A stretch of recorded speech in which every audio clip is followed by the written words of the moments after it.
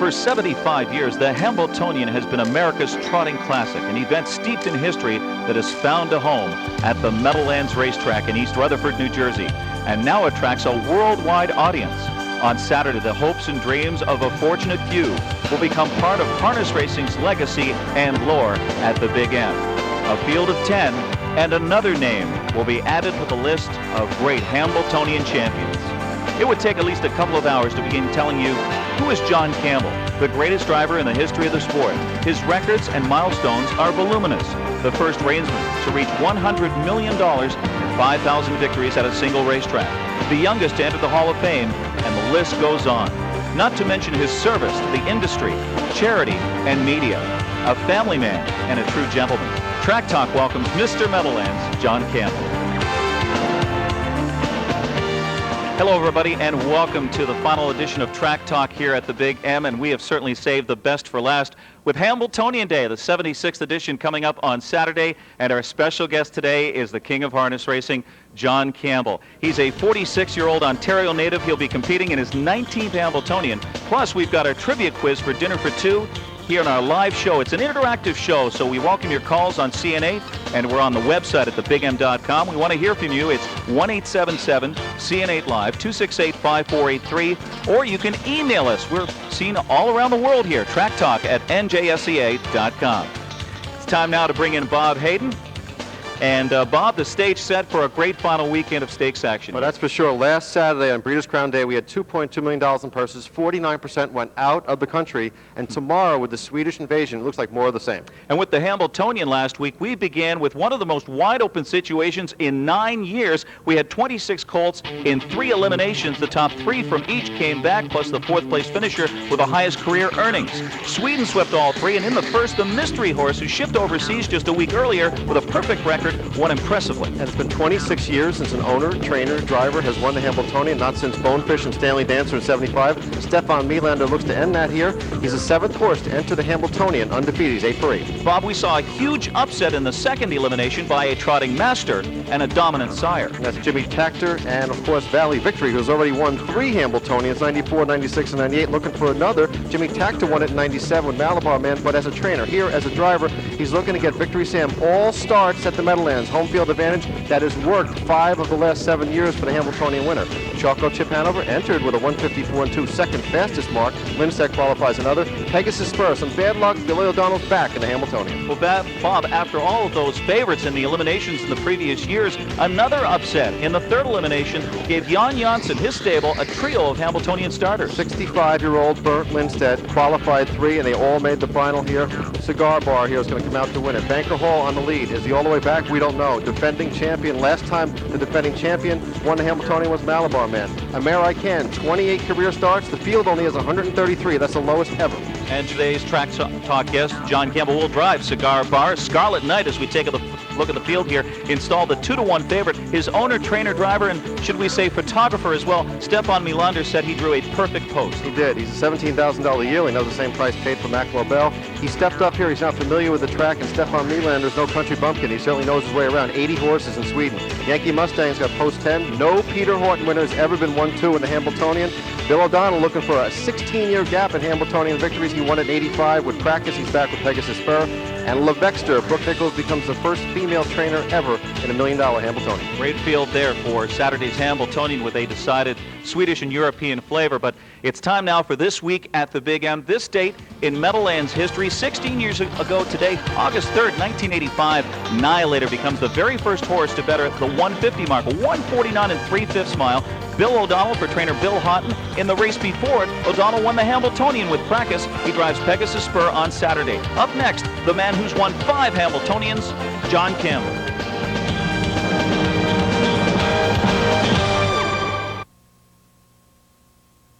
Is harness action. This is Track Talk at the Big M.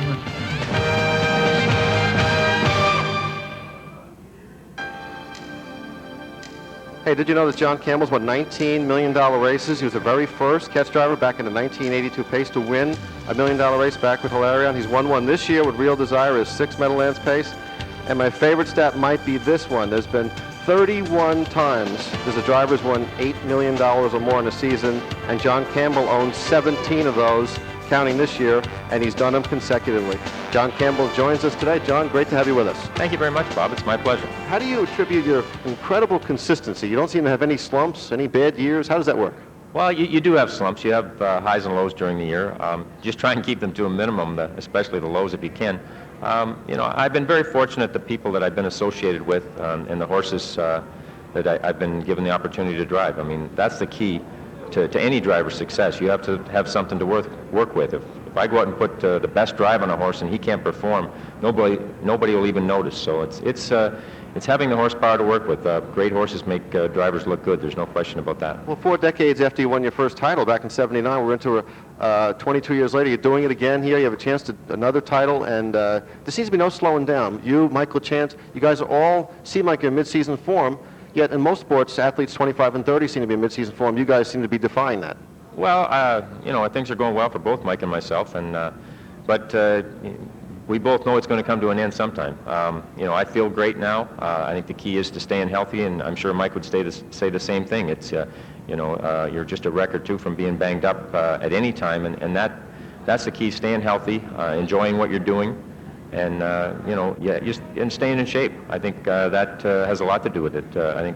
I know for me, it makes a difference how I feel when I'm driving, the fact that I've been able to stay in shape over a period of time. What was your impression of Varenne last week? He caught us off guard. I don't know about you. What were you looking at? Well, he didn't catch me off guard, and if you understand European racing, we have racing luck here, and it can be bad, and you have to overcome a lot. But to win 44 out of 50-some heats over there like he did, I mean, you can be in the free-for-all trot at those distance races, and they'll go pieces of the middle half in a 104. To overcome all that and win 44 races is incredible. So I knew going in that the only chance we had of beating him would be that if he didn't handle the trip over or the new environment. But if he was at the top of his game, he would be unbeatable. And certainly I was a little surprised or even amazed at the time, but I wasn't surprised that he won the race as easily as he did. He's he's not a good horse. He's a great horse. Syrinx Hanover and the Hambletonian Oaks tomorrow. Tell us a little bit about her. You've driven Peace Corps, Active Grace, Ormeau Keepsake, and Bright Light LaBelle in the Hambletonian. Now, Syrinx Hanover, what kind of horse is she? Is she compared to those quartet there, that big the group there? Well, she certainly shows that kind of ability. Back when those fillies were put in the Hambletonian, it wasn't such a big deal because the Hambletonian Oaks didn't go for 500,000. It went for 150 or 200 at that time. So if you're 1, 2, 3, it wasn't a big deal. Now you have to win the Hambletonian to put a filly in there to make it worthwhile, because you could get the same money if you finish second, but it's more fun to win for 500,000 than it is to finish second for $1 million. I can tell you that from first-hand experience. And okay. You can only compare fillies what they race against, and she certainly compares very favorably to those types of fillies the way she's been performing this year so far. But she's got to continue it on this year, and I think they plan to race her again next year. And she's a very sound filly. She's very athletic, and she's a great filly to drive. And I feel very fortunate and privileged to be able to drive her. Well, back in 1983, John Campbell's first Hambletonian drive, he finished second overall with Joie de Vie. The year Stanley Dancer won with Duena. John's the only man to drive 5 Hambletonian winners, and Stanley Dancer is the only man to train. Stanley Dancer now joins us on the phone, as the Meadowlands would like to announce that they will rename the Beacon course the Stanley Dancer Trot. Stanley Dancer, are you there with us? I'm listening to you, Bob. Well, Stan, I'd like to know your impression. I mentioned it to you earlier. Would you prefer a pace or a trot? You mentioned trot. Tell us why you prefer trotters. Oh, I think, I got attached to trotters pretty young, and Sumac led some of my first really great ones, and I was very lucky, and I was very lucky in winning the 4 Hamiltonians that I did and trained the 5. So, I don't know. Like I asked somebody else what they like, and of course I prefer the trotters. But I have a lot of great pacers. Okay, Stan, what's your reaction now to having this race named in your honor? Oh, it's the greatest thing that's ever happened to me. It's a very great honor, and I'd like to thank everyone who had anything to do with it. Usually it's done after you're gone, and you never know it. Stan, when did you first notice John Campbell? Because towards the end of your career, you used John. You had a lot of success there with Active Grace, Lifelong Victory, horses like that. When did you first take notice of John? When he first started racing here at the Meadowlands. But fortunately, he was the only one that ever drove mine after I quit. And we had 4 great horses. That he did a great job with them, and they raced great all the time. Well, Stanley Dancer, it's great to have you with us. Of course, John Campbell and Stanley Dancer have a lot in common. It was great to see see Stan here for all those years, a Hall of Famer. He's got the longest span of Hambletonians, 39 years from his first to his last. Right now we're going to go to the quiz. That's right, our weekly quiz we're going to give you. Dinner for two on the line, that's right. Now John Campbell's won $19 million races, but only once was that a female horse involved there. Who was the filly that John won the $1 million race with? This is not easy. Dinner for two. Talk live here at the Meadowlands Racetrack. Give us a call at 1-877-CN8-LIVE, or you can email us at tracktalk@njsea. Our special guest today is driver John Campbell. And we're going to go right to the phones, John. Steve from Chicago. Go ahead, Steve. John, hey, I just want to say thanks for being one of the great drivers out there. It's a pleasure to talk to you. Well, thank you very much, Steve. One question I have. When you go on the back stretch and one of your horses has the lead, what goes through your mind when somebody tries to pass you? What makes you just let them pass and just tuck in and get cover, or what makes you try and duke it out with them in a speed duel and try and hold the rail like Dubé did in the Breeders' Crown with Gabba Blue Chip last week? Well, it depends on how your horse feels, how the first quarter's been. If it's been a mild first quarter, you might not have a tendency not to let him go. Depends on what the horse coming at you is and what his tendencies are. If he's a real good front runner, you'd want to get on his back and follow him. If he's a horse that shows 20-1 and he's been closing all the time, that's a horse that you don't want to get stuck behind. So all the circumstances and factor in what your decision would be. But the main thing is how your horse feels and how the horse figures on the outside of you in the race. Are harness horses easier to drive today than they were, say, 10, 20 years ago? I don't know if they're any easier. They're more athletic, and their speed holds up. You have to be more aggressive with them. I don't know if that translates to easier or not, but you can do more with them, that's for sure. You can do a lot more with a horse, especially the first part of a mile, and still have them finish, whereas 15 years ago, if you used them hard to the half, they just couldn't finish. John, we've got a fan, I'm sure, from Buffalo. His name is Lee. Go ahead, Lee. Hey, John, how you doing? Good, how are you, Lee? Good, John. John, I've been a harness fanatic all my life. I've driven hundreds of miles to see different races, but sadly, as you well know, when you started your career, harness racing was the biggest spectator sport in America, bigger than NASCAR, et cetera, et cetera. And of course, sadly, today at all too many tracks and states, it's dying.